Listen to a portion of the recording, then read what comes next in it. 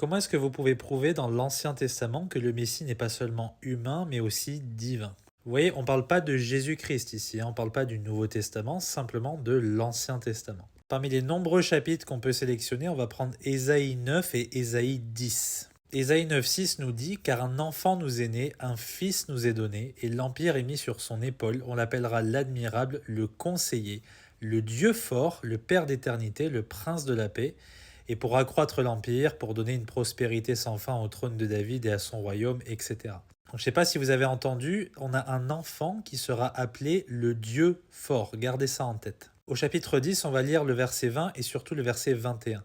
En ce jour-là, le reste d'Israël et les réchappés de la maison de Jacob ne continueront plus à s'appuyer sur celui qui les frappait, mais ils s'appuieront en vérité sur l'Éternel, le Saint d'Israël. Donc là, il n'est pas question d'un fils de Dieu, il est simplement question de Dieu de manière générale, hein, qu'on pourrait qualifier de Dieu le Père, nous les chrétiens.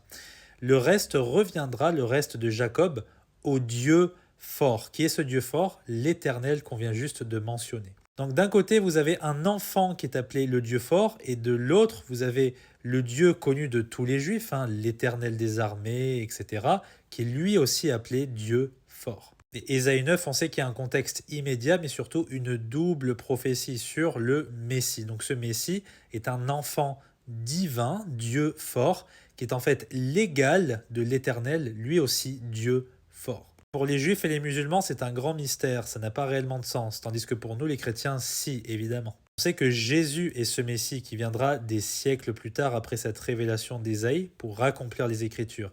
Il est fils d'Abraham, fils de David, coéternel avec le Père, Dieu manifesté dans la chair, la parole faite chair, qui va vivre parmi nous pour mourir à la croix pour nos péchés et accomplir ainsi les Écritures tant mentionnées dans l'Ancien Testament. Je vous fais gagner du temps, crois au Seigneur Jésus et tu seras sauvé. Que Dieu vous bénisse.